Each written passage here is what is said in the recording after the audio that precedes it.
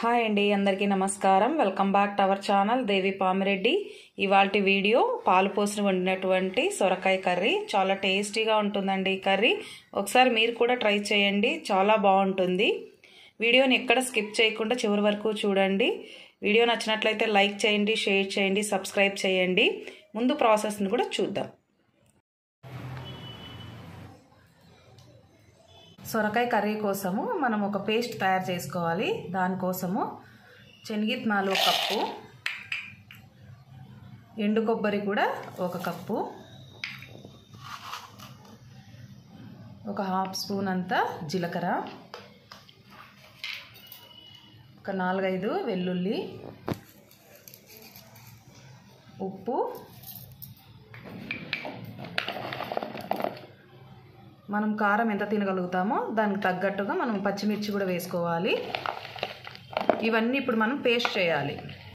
Oil కాగింది, ఇప్పుడు పోపు దినుసులు వేసుకుందాము. ఆవాలు,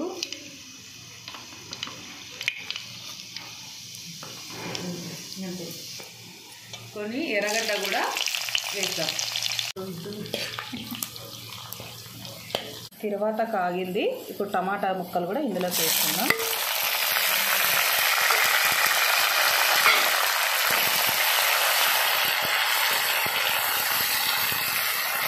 మగ్గిపోయింది. ఇప్పుడు ఇందులోకే మనము సొరకాయ వేసుకుందాము, ముక్కలన్నీ.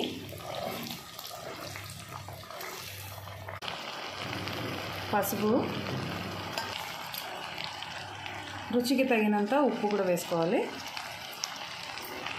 ఇందాక మనము ఈ పేస్ట్ అన్ని పచ్చివే వేసి ఆడించున్నాం కదా, ఈ పేస్ట్ని కూడా మనం ఇందులోకి వేసి కలుపుకుందాం.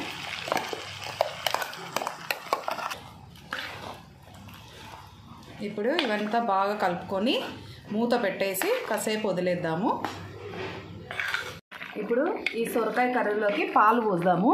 పాలు పోయడం వల్ల టేస్ట్ చాలా బాగుంటుంది. ఇది సొరకాయ పాలు పోసి వండుకుంటే టేస్ట్ ఇంకా రెట్టింపు అవుతుంది. ఒకసారి మీరు కూడా ట్రై చేయండి.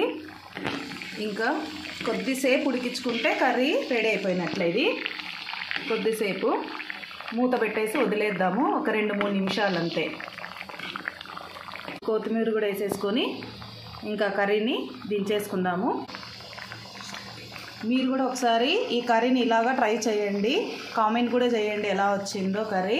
ఈ వీడియో నచ్చినట్లయితే లైక్ చేయండి, షేర్ చేయండి, సబ్స్క్రైబ్ చేయండి. థ్యాంక్ యూ ఫర్ వాచింగ్ అండి.